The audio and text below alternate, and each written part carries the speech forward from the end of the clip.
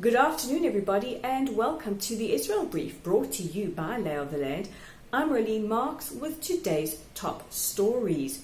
Prime Minister Netanyahu has exposed the existence of another factory in Iran, this time in the center of Iran, that has been conducting experiments to enrich their nuclear program, or in this case, to build nuclear weapons.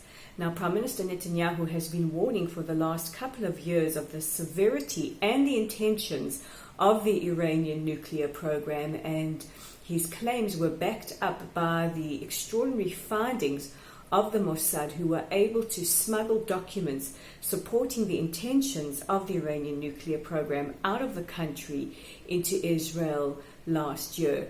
And these diagrams, the footage, the documents expose and show on maps exactly what the intentions of the Iranian regime are.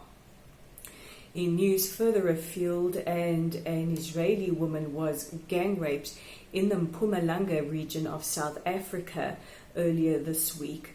The woman and her companions were robbed by a gang of robbers in the region which is very, very close to the Kruger National Park. As we speak, South African police are conducting a manhunt, and so far nobody has been charged. What we do know is that this investigation is underway, and that the victim and her friends, who were also robbed, however, they were not raped. She was the only one who suffered this horrendous ordeal, are back in Israel. And Israel's consulate in South Africa have said they are aware of the situation and at the moment are respecting the privacy of the victim. We'll be following this story to see how developments unfold.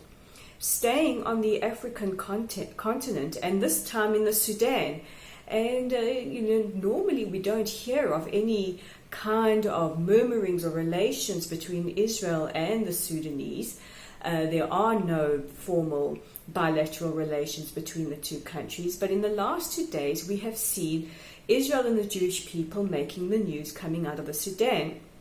Today, the Sudanese foreign minister is the top-ranking diplomat in the country, Asma Abdallah, who's also the first woman to hold such high office, has said that her country is open to establishing bilateral relations with the Jewish state, and this is conditional on the fact that, or on the basis rather, that peace exists between Israel and the Palestinians. And she also alluded in her interview with Al Jazeera that there are many Arab countries that do have some kind of dealings or ties with the Jewish state. Very, very interesting. And this follows a statement by the Minister of Religious Affairs yesterday, also from the Sudan, who said that Sudan's Jews need to come home. They need to come back to the Sudan. And I hear you asking, there are Jews in that part of the world?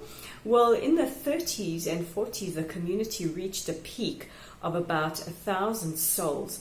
But with the establishment of the State of Israel and the independence of the Sudan and what followed afterwards, they left the country, some of them settling in Egypt, and many of them coming home to Israel. So quite extraordinary developments in an area where we wouldn't have expected. But this does follow several African countries who have re-established ties with Israel and have recognized the mutual benefits that these ties with the Jewish state could bring their countries.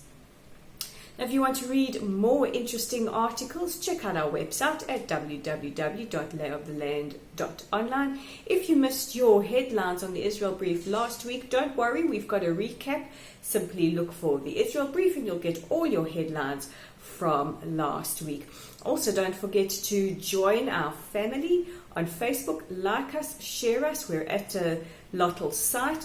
Follow us and invite your friends to do as well. And if that's not enough, check out our channel called The Israel Brief on YouTube, and don't forget to hit that subscribe button. I'm Rolene Marks with today's top stories. This is The Israel Brief.